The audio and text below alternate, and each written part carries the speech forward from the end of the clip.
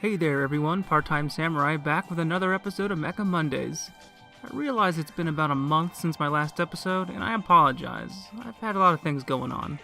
But hey, the show must go on, so today I've got a special treat for you. My Gunpla collection. This is a collection of Gundam models I've been building over the last, 8 or 9 years or so. If you're a fellow hobby enthusiast, or just a Gundam fan, I'm sure you'll enjoy this video. Oh, and don't mind the Evangelion stuff over here, it just sits on my desk. They sadly will not be a part of this video.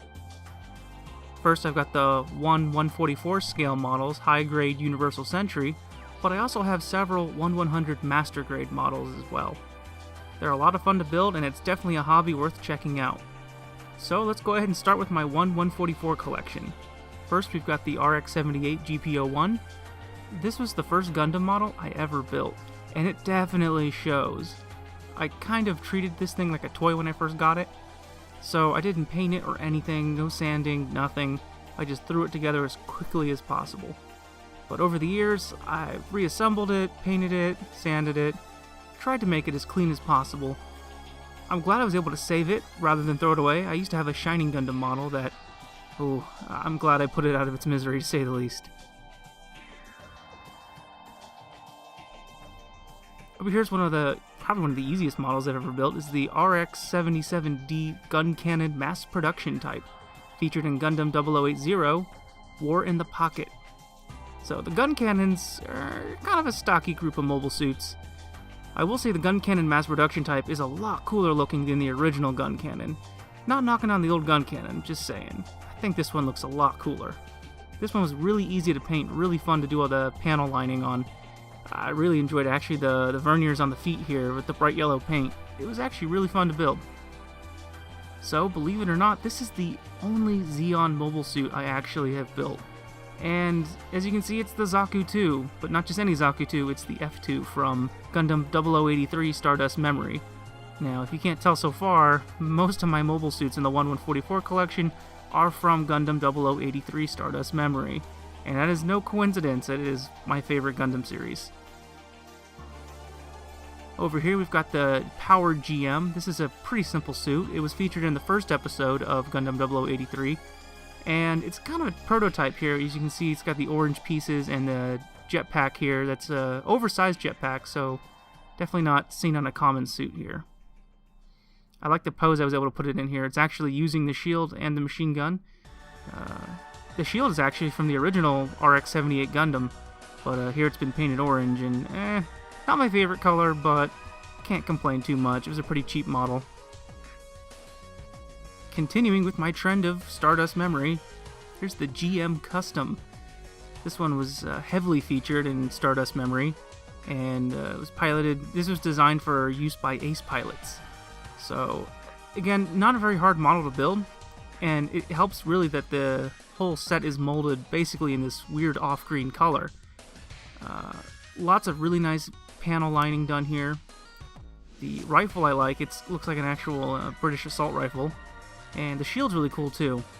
Pretty fun model to build. Lots of red verniers to paint here on the shoulders, the feet, back, jetpack. This is one of my more recent builds. Is the GM Cannon 2, which, as I'm sure you can tell by now, is also in Stardust Memory. It looks very much similar to the GM Custom in paint scheme, but you can also see here it's got the exoskeleton armor that was used in Gundam 0080 War in the Pocket by the titular Gundam NT1. It's got the two shoulder cannons similar to the gun cannon. They're beam cannons rather than actual artillery cannons, as opposed to what's on the mass production gun cannon. Really stocky mobile suit, but really fun to build. Now we're moving on to the Titans mobile suits. First with the Advanced Hazel, which actually wasn't featured in any of the Gundam series. It did have a cameo in the final Zeta Gundam movie, but other than that, its presence has been strictly limited to the Advance of Zeta manga and the Advance of Zeta visual guide. As you can see here, I just butchered the paint. I really rushed this model. I built it about 7 years ago, but this design it's just so attractive to me for some reason. I don't know why. It's got the really bulky pieces, all these prototype parts, the verniers on the knees, the back of the knees. the booster pod on top of the backpack. It's got so many customizable parts. It's part of what drew me to it to begin with. But an interesting model, not my favorite color, and oh man, those red fingertips. Can't forget those. Continuing with the Titans, the notorious Black Gundam, or RX-178 Gundam MK2 from Zeta Gundam in the first episode. So I got this one painted in the Titans colors. I still have a little touch-up painting to do here on the backpack, specifically with the red verniers, but this was a really solid 144 high-grade model. Highly posable. Everything just looks great on this. It's got a lot of detail for a 144 high-grade UC model. It's got that really interesting beam rifle, the shield's great. Overall, the Gundam MK2 is a must-have if you're a fan of the Zeta Gundam series, and it's a pretty easy build, but definitely worth it too. Now this is I guess you could call it my love child here. This is probably, in my opinion, the best 144 model I've built to date, and arguably one of the hardest too.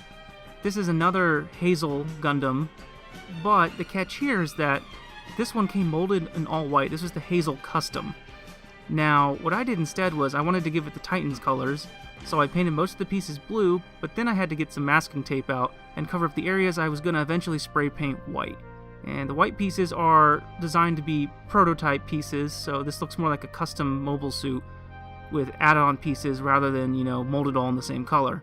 The shoulders here were really fun to work with. In advance of Zeta, all of the mobile suits have these yellow stripes on their shoulder pieces, which I had to go in and paint myself, which was kind of a challenge, but this is such an interesting suit. I feel like this suit really made up for my previous Hazel model I built about 5 years ago. I did lots of fine detailing on this one. It's got the 2 booster shields, which I thought were really interesting. It's kind of what drew me to the model to begin with. In universe, it can use those as additional verniers, and once they expire, it can attach the shields and have extra protection while engaging in combat. Very interesting suit here, very bulky, but just really attractive in my opinion. So that does it for my 144 collection. Let's move on to my 1/100 Master Grade series. Starting with one you've seen already, but in a different color, the Gundam Mark II. This is probably one of my favorite suits to have built for a Master Grade model. Most Master Grades take a lot of time and effort to build. They usually run about $50 to $60, US dollars that is, and all I can say is that they're really worth it if you really want to go in and do extra detailing. I mean, again, there's always the perfect grade models, but those are really expensive. As you can see here, I've gone in and done all the panel lining, all the painting, even the verniers here on the Gundam's backpack, the feet, the verniers here on the legs. Those are actually orange. They come molded yellow, but they're actually supposed to be orange, which I went ahead and fixed. You can see it's got the little holster here on the back of the waist, on the skirt armor, which allows you to actually set the clay bazooka on here. Now, I'm not a big fan of the bazookas on Gundams. They're just kind of unwieldy in my opinion, but it's always nice to have them. So see, you can set it there.